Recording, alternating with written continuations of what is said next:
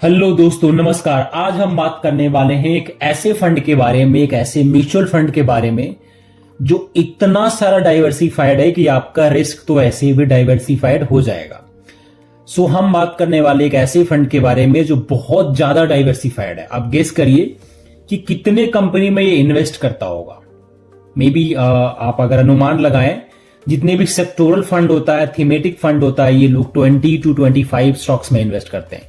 मतलब आपका पैसा अगर आप 100 रुपए इन्वेस्ट करते हैं तो वो जो 100 रुपए है 20 से 25 कंपनी में इन्वेस्ट होता है।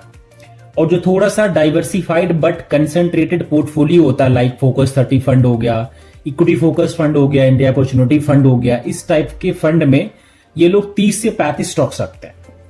और जितने भी डाइवर्सिफाइड इक्विटी फंड होता है, लाइक मतलब किसी का भी देखोगे, लार्ज एंड मिड कैप हो गया, लार्ज कैप फंड हो गया, इस टाइप के फंड में ये लोग आपका 70 से 80 कंपनी में इन्वेस्ट करते हैं। बट जिस फंड के हम बारे में एक्चुअली आज बात करने वाले हैं, ये फंड नॉर्मली 500 कंपनी में इन्वेस्ट करता है। सो बेसिकली ये कि इंडेक्स फंड है। इंडेक्स फंड होता क्या है, इसको हम पैसिव स्ट्रेटजी बोलते हैं, क्योंकि इसमें क्या है, फंड मैनेजर अपना दिमाग नहीं लगाता है, बिल्कुल भी नहीं लगाता।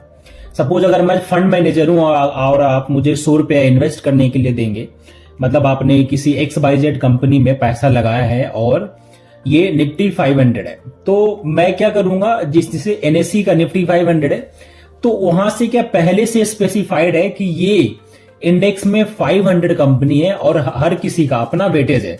मे बी रिलायंस का 22% हो या 12% हो, HDFC का 11% हो। इसका मतलब ये है कि हर 100 रुपए पे 11 रुपए HDFC बैंक में लगने वाला है, या फिर हर 100 रुपए पे 12 रुपए या 13 रुपए रिलायंस में लगने वाला। तो किसने डिफाइन किया, ये यहाँ पे NSE ने पहले से ही डिफाइन कर दिया। मतलब जब वो इंडेक्स बना रहा था निफ्टी 500, तो वहां पे उसने पहले ही डिफाइन कर दिया था कि ये कंपनी में इतना % लगने वाला है। ठीक है, तो अब पैसिव स्ट्रेटजी का मतलब यही है कि आपने अगर 100 रुपया मुझे दिया है एज बीइंग कोई भी mutual fund, like SBI mutual fund का ये एक निफ्टी 500 इंडेक्स फंड है, तो यहां पे आपने 100 रुपया अगर SBI फंड को दिया है तो वहां पे क्या करेगा, जो भी % पहले से डिफाइंड है उसी में ये पैसा इन्वेस्ट करेगा। कहने का मतलब ये है कि SBI म्यूचुअल फंड यहां पे अपना दिमाग नहीं लगाएगा।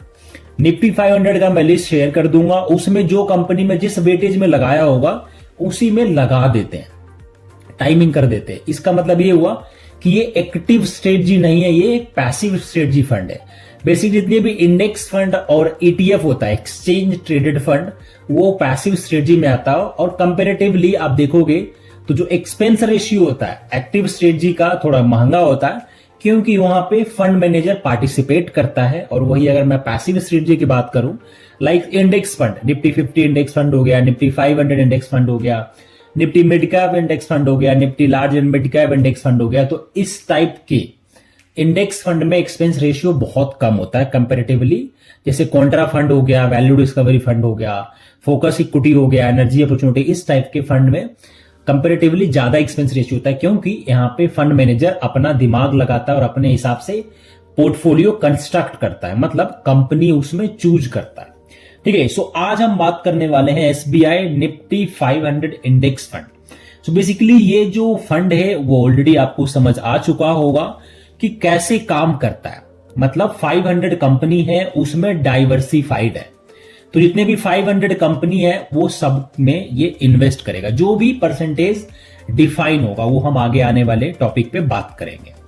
तो अगर सबसे पहले मैं बात करूं इंडिया का मार्केट कैपिटलाइजेशन, जो कि सिग्निफिकेंटली काफी ग्रो किया है, आप 2004 से लेके 2024 तक कंपेयर कर सकते हो। 2004 में सिर्फ 0.39 ट्रिलियन था।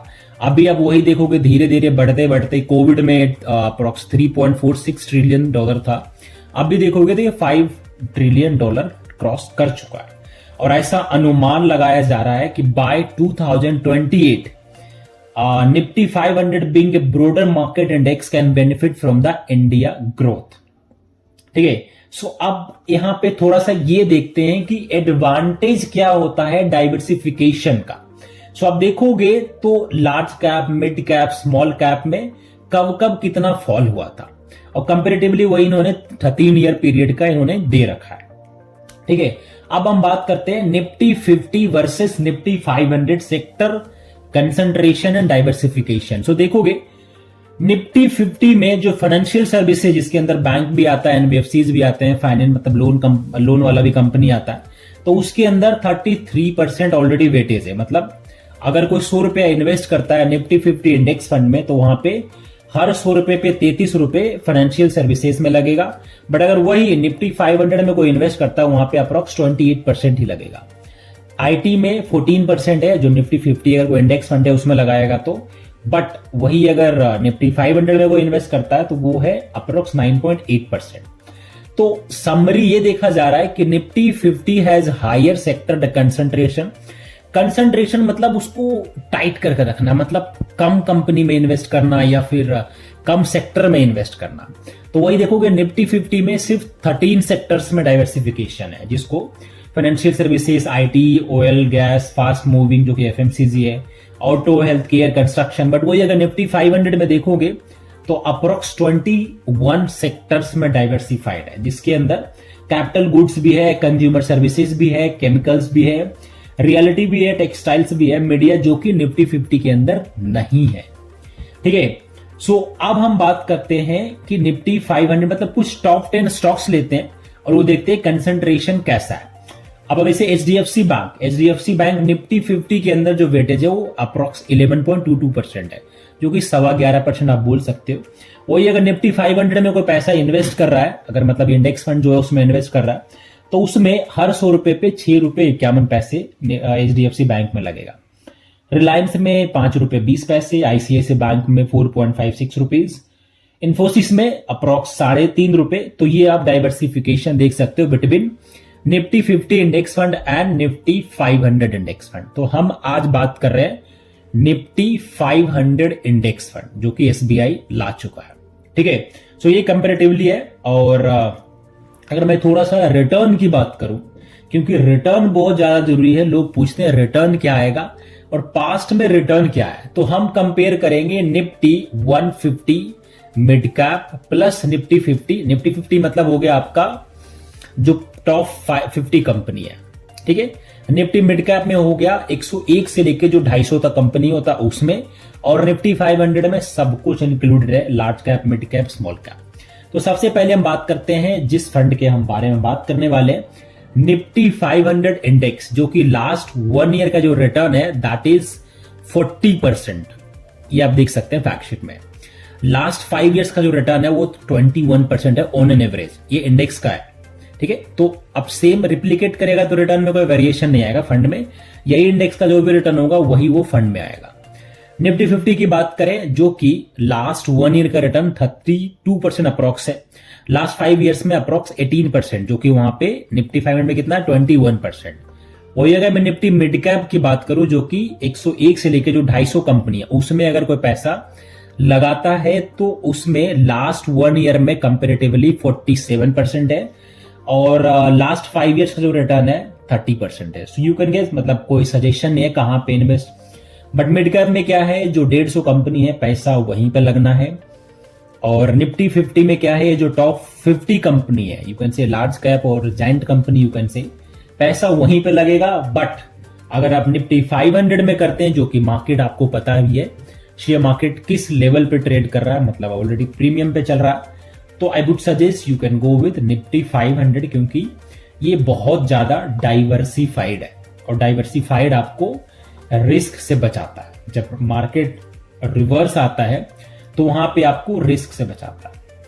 अब अगर मैं तो आपको थोड़ा सा निफ्टी 500 इंडेक्स का जो एसआईपी का रिटर्न है और निफ्टी 50 का जो रिटर्न है वो आप देख सकते हो, चार्ट में बोलने की मुझे जरूरत नहीं है। एसआईपी का रिटर्न लास्ट 1 ईयर का 29% है निफ्टी 50 में, लेकिन वही निफ्टी 500 में अप्रोक्स 38.5% है। लास्ट 3 ईयर्स में अप्रोक्स 20% है निफ्टी 50 में, बट वही आप देखोगे निफ्टी 500 में जो कि 26% अप्रोक्स है। ठीक है, अब बात आता है टैक्सेशन की। टैक्सेशन लगेगा इक्विटी का, और टैक्सेशन अब चेंज हो चुका है, हर किसी को पता नहीं होता है, but because of market updates बिनोदा, तो अभी क्या है, पहले 15% था। सपोज आपने इसमें पैसा इन्वेस्ट किया, ठीक है, और 365 डेज के बाद आप ये पैसा निकालना चाहते हैं, तो 1 साल के बाद निकालेंगे तो लॉन्ग टर्म कैपिटल गेन होता है। और लॉन्ग टर्म कैपिटल गेन में आपको 1.25 लाख तक, सपोज आपने 10 लाख रुपए इन्वेस्ट किया और 25% रिटर्न था, जो कि 12.5 लाख बन गया, तो टेक्निकली आपका जो प्रॉफिट हुआ 2.5 लाख हुआ। ठीक है, तो 2.5 लाख में से 1.25 लाख जो होगा, पहला 1.25 लाख वो टैक्स फ्री होगा, बाकी जो 1.25 लाख है उस पर 12.5% टैक्स लगेगा। ठीक है, और अगर वही 1 साल से पहले आप अगर पैसा निकालते हैं, और सपोज मैं एग्जांपल लेता हूं 6 महीने में पैसा निकाल लेते हैं, हालांकि एग्जिट लोड नहीं है, एग्जिट लोड होता है, हर फंड में एक एग्जिट लोड होता है। अगर आप उस एक टाइम पीरियड होता है, टाइम पीरियड से पहले पैसा निकालते हैं तो आपको 1% एग्जिट लोड देना होता है, जो कि ऑलरेडी म्यूचुअल फंड कंपनी काट लेता है।